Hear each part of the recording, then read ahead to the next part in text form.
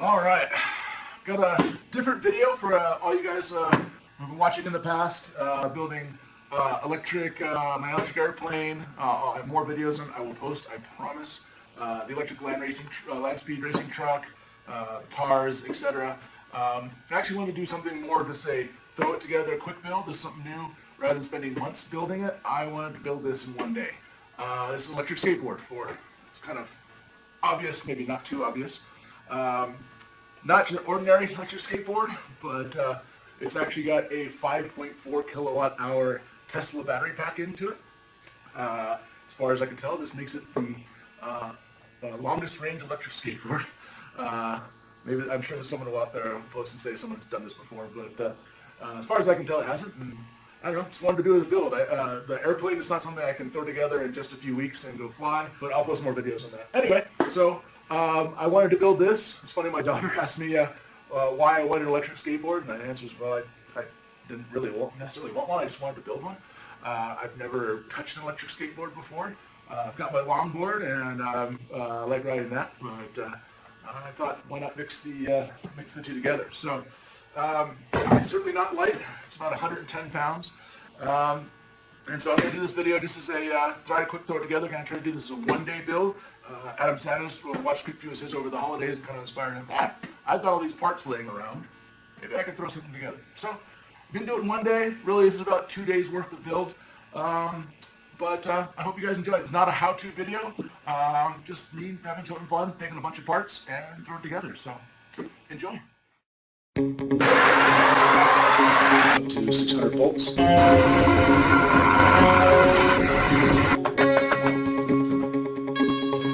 Motor repair.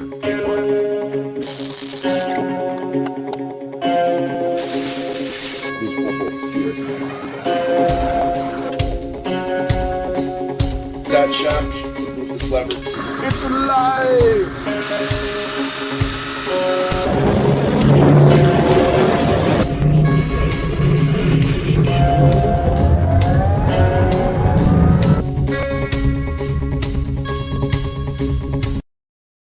Now, truth be told, I've not built one of these before. Unlike most of my projects, I haven't really researched this. I just bought a cheap kit off of eBay, and I'm going to make a frame. This one's going to be different than most e-skateboards because I'm going to make a frame out of metal, welded steel here. And the main reason is, the biggest difference though, is this is one of my Tesla modules. People from previous videos, I bought these to do the electric airplane. Unfortunately, I can't because the FAA wouldn't let me count this as fuel for the 5-gallon ultralight limitation. So these were going to be too heavy for my project. So I have them on. This is a Tesla Model S battery pack. It is, I think this one's about 5.3 kilowatt hours, if I remember right. This one's in the factory configuration of 6S, though you can reconfigure onto 12S, and I might do that later point to get some high voltage. So this is huge for a battery. As far as I can tell, this will be the biggest battery ever built on an electric skateboard. Normally they're about half a kilowatt hour, but this is, like I said, 5.3 kilowatt hours. So instead of a 20-mile range, I could have a 200-mile range. Not that I'm going to stand on a ride board for that long, so it might be an interesting challenge. I have a battery and felt like building it. I gotta say, this will be a lot of learning for me as we see go along. Just got the parts together. No plans. I was thinking about catting stuff up, but I just wanted this to be a quick one-day build. Let's get to it. But it's nice and cold in the barn today. I think it's according to the thermometer, it's still below freezing, so we'll get busy and get warm. But I hope you guys enjoy the build. Safety first. Can't build without music. I got this steel angle here. Got quite a few of them here. This one's an 1.5 inches. I want to say it's 3/16 small. And I'm going to use that to make a frame here. Alright, so I want to lay out this so it's a little bit larger than this. I've got the cooling ports on either side of the motor here, and I've got the terminals over here. Let's see, well, you can see all that. Terminals on this side. I got to make sure, obviously, I don't contact across it. So I'm going to make, this is a scrap piece I have. It actually fits quite well along here. So I'm going to cut a frame that goes along this side here, and I'm going to cut another frame that goes here. I'm just going to make a simple rectangle first. I'm going to extend it out probably 1.5 inches beyond, and we'll see what we go. So I've already measured this.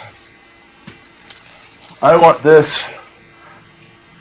about 30 inches because I want to leave room so I don't damage the BMS, so I don't damage the cooling ports that are on this side. So I've got this laid out. I'm going to make a cut here. I'll show that in just a second.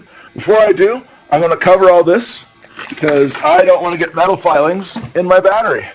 If you notice, I don't have my ESC or, especially, most importantly, my motors. The motors I'm using are a brushless DC permanent magnet motor, and those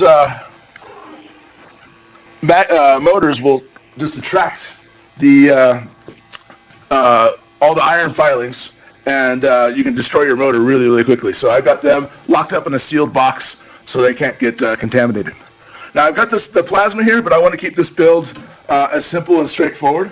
So I'm just going to use my angle grinder.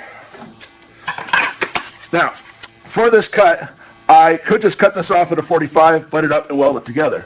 But a little trick, I can just cut this notch here, and then that will allow me to fold this piece over, and I won't have to weld this edge, and actually makes a nice clean edge and makes easier assembly.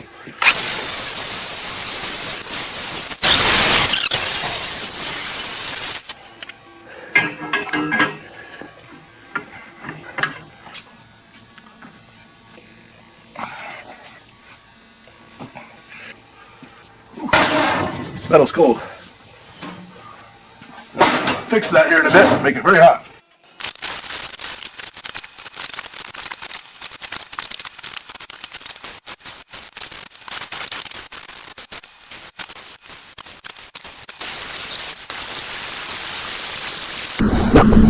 So I put the wheels on. I actually want to figure out the top. So what I'm going to do is put another angle here, and then a top over that, and it's going to clamp it down.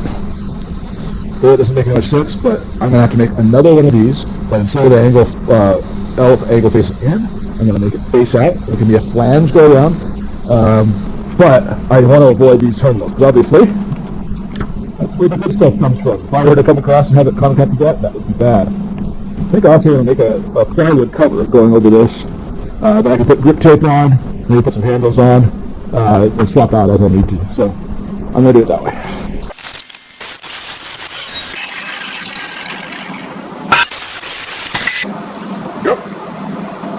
Don't worry, it's but a flush room.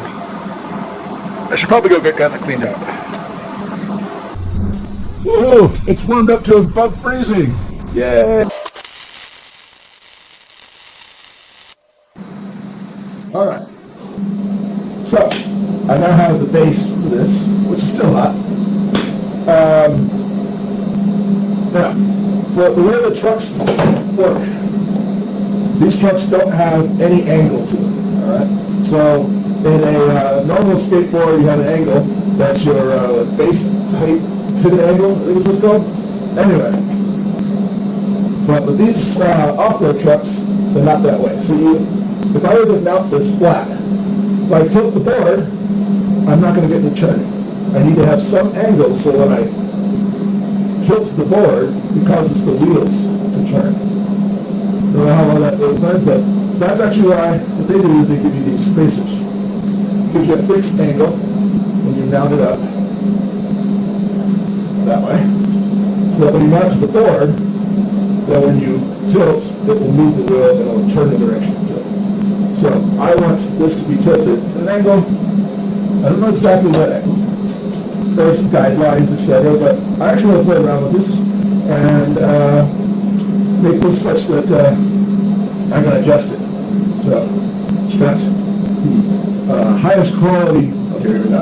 I got door hinges from Lowe's, and I got some turnbuckles here. So I'm going to make up a mount. This will weld. I thought about bolting it, but I think I'll just weld it on to be done with it. Onto here, and then I can set my angle. Now this here, I'll have to make a base plate that will come and grab that. Let's see how that works. Alright, so made up with this one, and then I needed 4 more. So like that, and then these will be the pickup points for the turnbuckles that go in, like that. So this goes on there. The problem, and then the bolt will go actually from this way out. And I didn't give myself enough room for the bolts. That was not very smart. Alright. Well, I'll have to fix it. Now, even though I have real Heim joints, I wanted to use these $2 turnbuckles here. But obviously, I need a tighter hole than that. So I actually came up with, I found out that this nut fit like that. So all I do is, I don't really need to weld it in there, but I'm going to. Just a few tacks to hold it in place. So, what I'm trying to do here is I want a captured nut in here.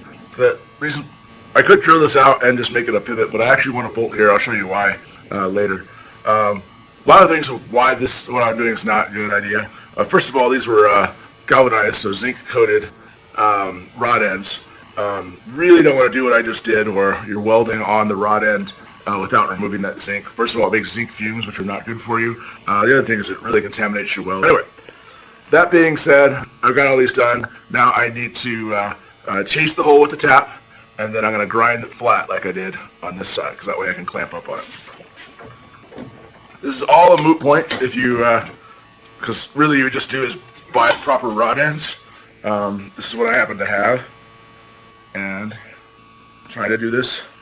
Build it one day on New Year's. It's hard to find stores that would have rod ends open, so like I need. But so I am making this work.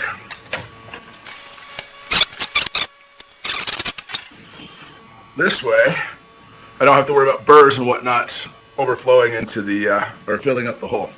So bolts in there to protect the threads. I've got it welded out. Get my big grinder. So I'm just running that flat so that I can be able to tighten the bolt. I run it through a little bit more. That way, if any, when you grind, it actually does push metal over, and it would potentially block that hole, just like that.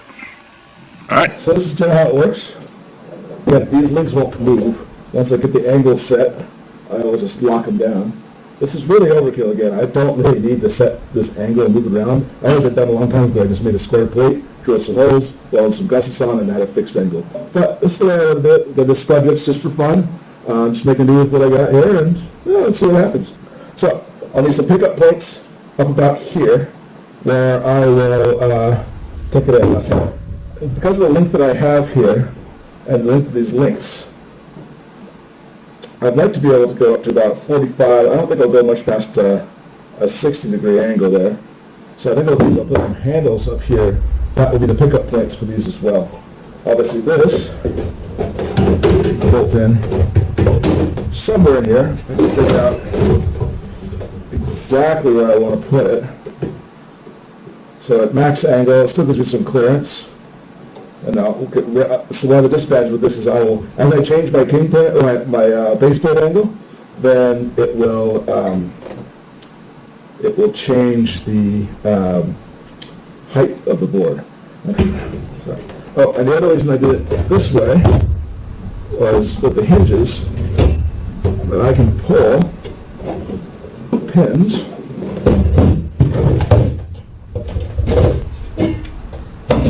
I can work off this, or if I need changes, if I want to make it longer or whatever, I can do that. That I don't cut anything off. So I'm not going to tapped on right now. I think I'm happy. I lowered this down to give me a little more height. Then I'm going to weld that up. And then the next thing after that, I have my top frame. I was going to use the nuts, but now I'm just going to weld them a fixed height off each other.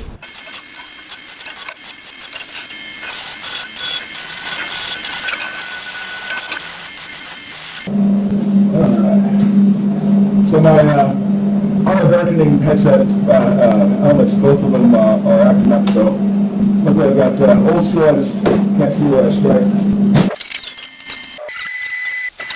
It's 7 inches. Okay.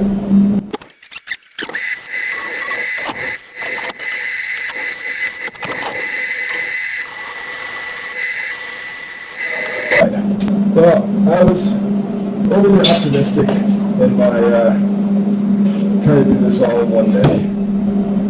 I admit it. Especially after we got to New Year's.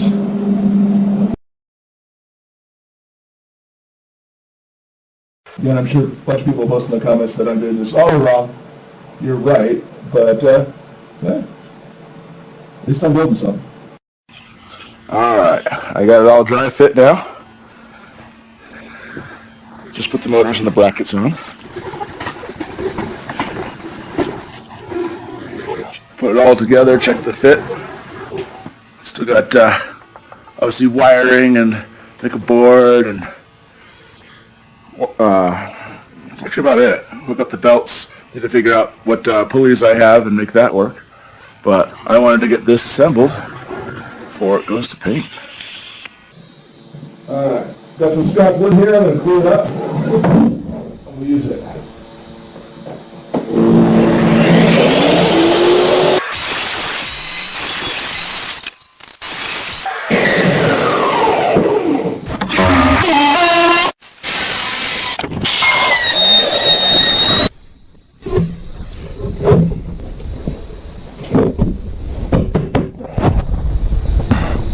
The battery boxes. I like using these foam gym mats. They're an EVA foam, durable, lightweight, cheap, easy to work with, non-conductive, and do a good job of protecting the batteries. Alright. So now I've got this guy. I was able to put this all together in the length of the house as opposed to out here in the barn. So it's kind of a whole drive unit here. And motors are already mounted. And the belts are adjusted, so let's get this on here. So again, I just used door hinges, and two, because I wanted to be able to pull the pins out. They actually had some beefier door hinges that I wanted to use, but the pins were not removable. I did this for two reasons. One, so I could build this up as a sub-assembly, make my life easier. The other was in case this doesn't work out, and then we do something different, I can just remake this whole front sub-assembly with all the different hinge on and swap it out. I can even make different ones, and depending on what I'm doing, I can put that, swap that in and out. So that's the general reason, not just because of the cheapskate, is why I used their hinge. I wanted this functionality.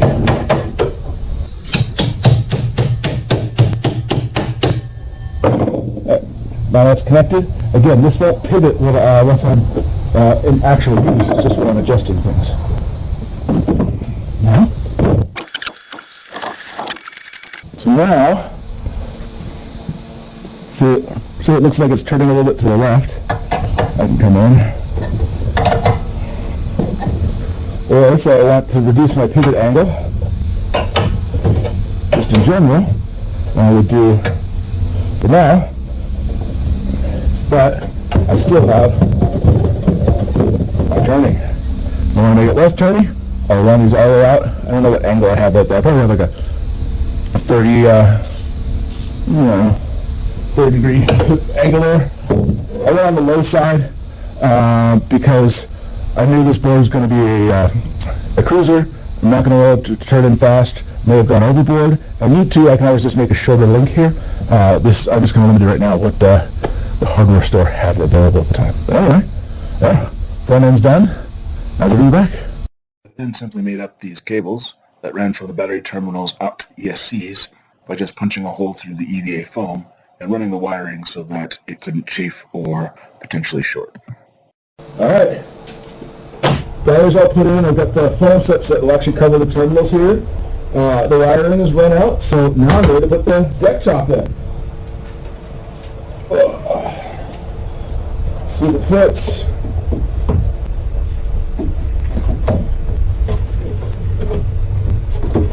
Hey!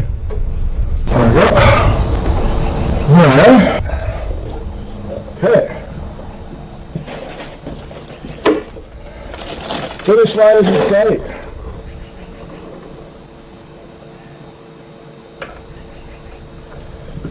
Maybe? Oh! Wrong diameter. Alright. Easily set up well. I simply chased out the holes that were there to fit the 5/16 carriage bolts that I had bought, taking care not to get a bunch of stuff inside the batteries, especially the metal filings. After I took the cover off, went through and made sure that used a little magnet to pick up all the little metal shavings to keep them from getting into the battery.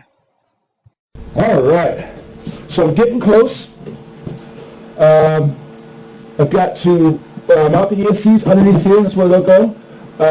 I've got to run the ESC wires to the motor. Obviously, the front rear motors here. I still need the pulleys and the belts, but I don't have those. I'll need to order them because I don't think I have the right size. I might be able to make something work. What else? Oh, just getting this down.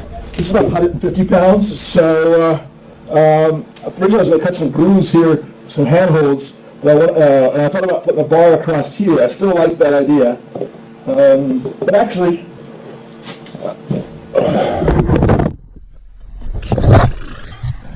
I have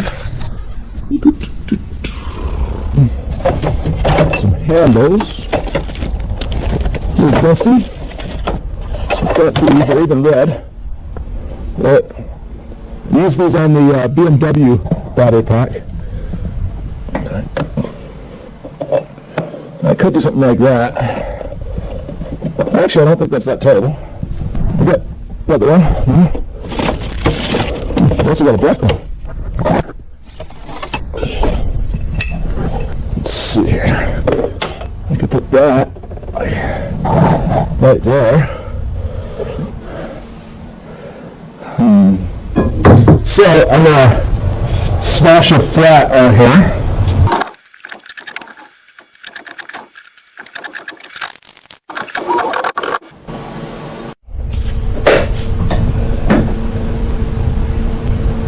Yeah, and I'll pick up on that same bolt hole there, and I'll have a big, gnarly handle there. Ooh.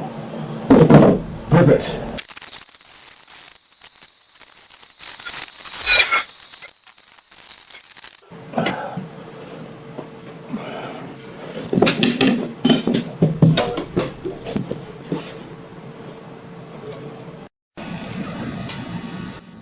All right, so I need to, I'm going to mount my ESC here. It gets cooling, but it's still protected if I biff.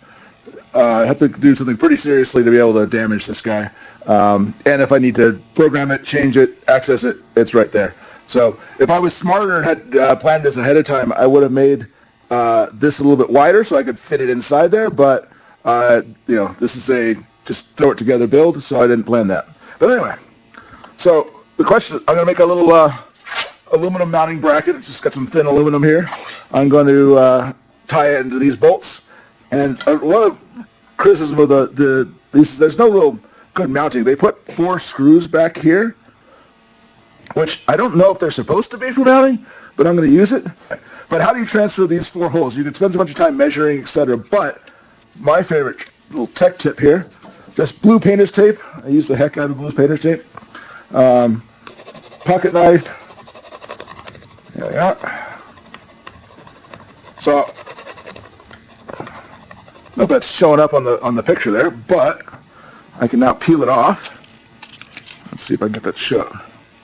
Now I've got my 4 holes. I think that shows up in the video there. There we go. Now, when I want to mount it, I want to drill my piece of aluminum. I just go here, put it wherever I want, and I'll have my 4-hole screws. So that's a super, super easy way of transferring holes over. Alright, so I got that on with the bracket, but I still have to be a little more rigid there. So of course, zip ties to the rescue. Again, list of how not to do this. Pretty sure this is on there, but really wish they'd give you a mounting bracket or something like that, but that'll do. Alright, so I got some more belts. These are 15 millimeter wide, and I found some more of these sprockets. The problem was that these are actually a 6 millimeter, and I need 8 millimeter for the shaft. So I got a 8 millimeter drill bit, got it all chewed up. Make sure you're going to make it square. It's one of those pieces I wish I had a lathe, but I don't. I'll make it work. This is actually a 20 millimeter. This is for making your own CNC or 3D printer, but it'll work fine. I'll show you how that. So the key thing before I remount this hole A reamer would be better. Got to take these out. So if I hit one of those while drilling, it would not be good.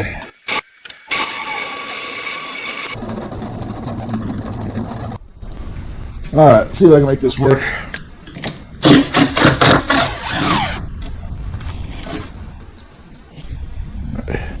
So again, the drill press is not the right way to do this, or to chuck up in the lathe. Also, I don't have an 8mm drill bit because all my stuff is English, so I have the nearest equivalent, but a little bit of reaming, and it's a nice, almost press fit, call it a clearance clip.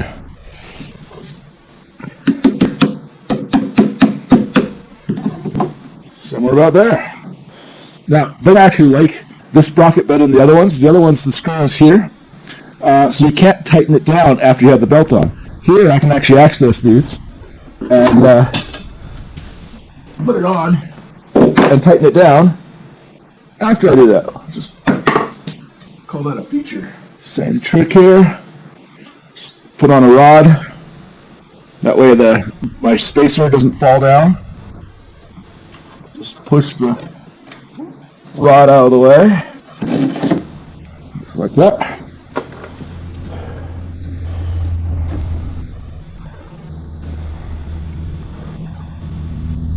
Now, this is loose, so I have it pushed in, and I can lock the belt on. Now, I still have that loose, so I can adjust that there. I have this pushed in, almost touching here. I don't want to smash it against this bracket. Gotta make sure that this won't hit the wheel. See, I do have space there, a fair bit, but not a ton. Before I tighten this down, I want to get this over such that it can't come off the side. Like where the belt is right now is perfect, but say it rolls over and it will stick over that edge, you'll let out the belt really quickly. Of course, in industrial setting, I'd roll it really quickly for an e-skate. I don't know. It's all new to me. I'm just talking out of the other end.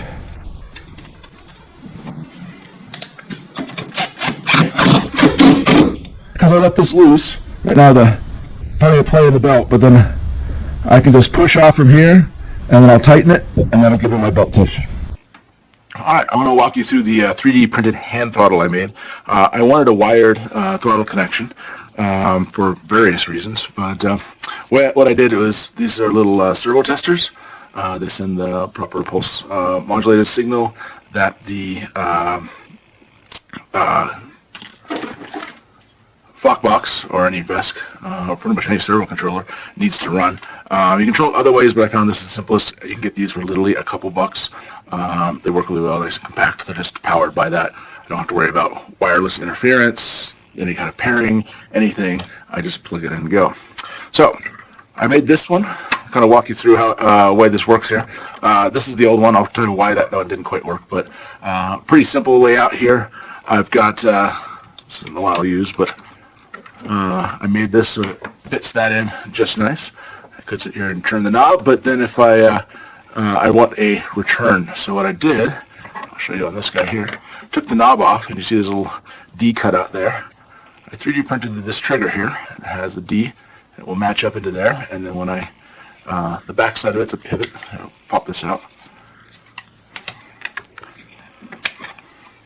So really, really simple. I've got my trigger here. Hole drilled in the end of it.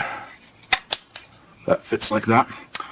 So as I turn this, it's a pivot on this side to keep it so I'm not just putting that force onto the actual PCB that's inside here.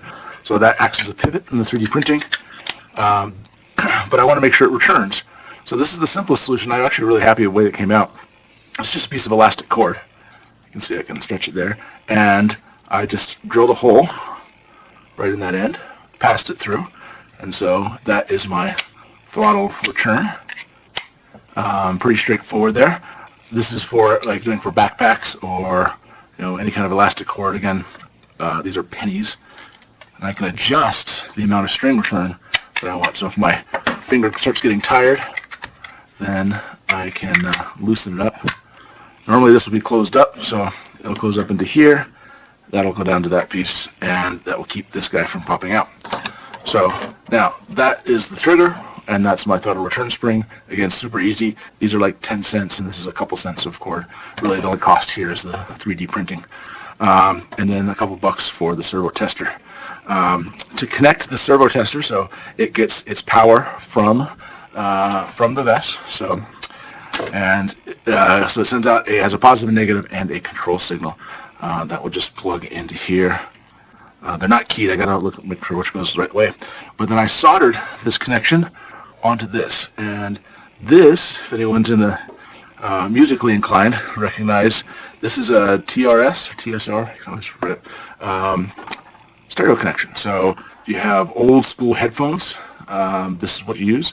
But any high-end, audio gear where you're just sending a stereo signal, this is what you use.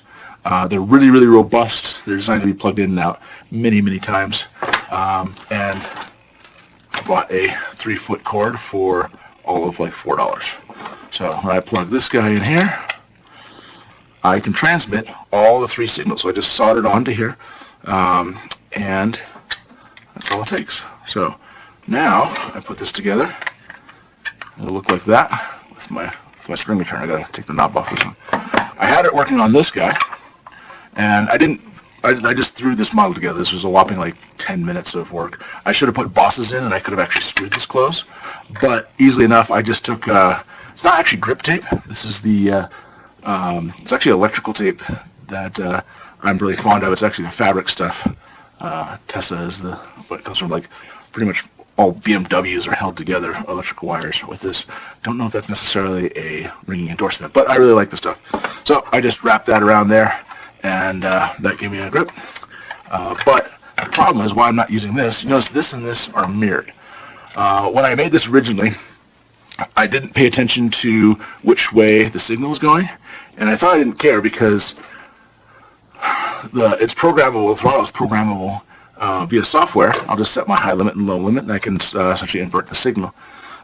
Turns out I can set those limits, but the VESC is not, doesn't like it, just doesn't respond to the throttle at all. So when if I go back the other way, the throttle works, but this is full throttle, and this is throttle off, which is not, which is completely opposite of everything you possibly want. So tried to mess around with the software quite a bit, didn't work. So if you notice these are 2 mirrored, I just mirrored it over. That worked for the most part. I had to cut away there, but now I can put this together, and we'll plug in the TRS, and I'll go make it work. All right, here we are at the front. The front 2 Maytech motors hooked up to the Focbox Unity. They are, I think they're 270 or 230 kV motors, which actually happens to work out well with the 6S battery pack. The big handles there, because this thing is ridiculously heavy. There you have the 3D printed hand throttle with the stereo cable. And then the back looks pretty much identical to the front. Again, same Maytech motors, 20 by 50 wheels, 15 tooth motor pulleys, and I think 44 on the wheel side. And then kind of my favorite part actually is the hand throttle connection with the electric guitar shoe. I just put a stereo connection in there and pass all 3 wires for the PWM signal. So, I don't know, I'm pretty happy with it, but gotta get out and ride it to see if it's any good. All right, well, ready for a test. Fortunately, there's quite a bit of snow outside, so well, as much as I would love trying this out first time, bombing around, there's about a foot of snow. I think I'll have to save that for another video. But there we go. I hope you guys enjoyed it. Again, something different from usual videos. Tried to do this as a one-day build. That was biting off a bit more than I could chew. But pretty happy with it. Again, it's not a how-to video. I've never built one before. I've never even touched an electric skateboard before. Not that I've ridden one or built one, but it was fun. I hope you guys like this from the usual many months long builds of the electric race truck. I mean, it's kind of funny. This is the smallest EV that I've ever built. But anyway, hope you guys enjoyed it. I'm really happy with the way it came out, and looking forward to trying it out and hopefully not killing myself. Wouldn't be the first time I took something ridiculously overpowered and tried something for the first time. Go back and take a look at the land speed racing truck. But I didn't die doing that. Hopefully I won't do that in this. Stay tuned.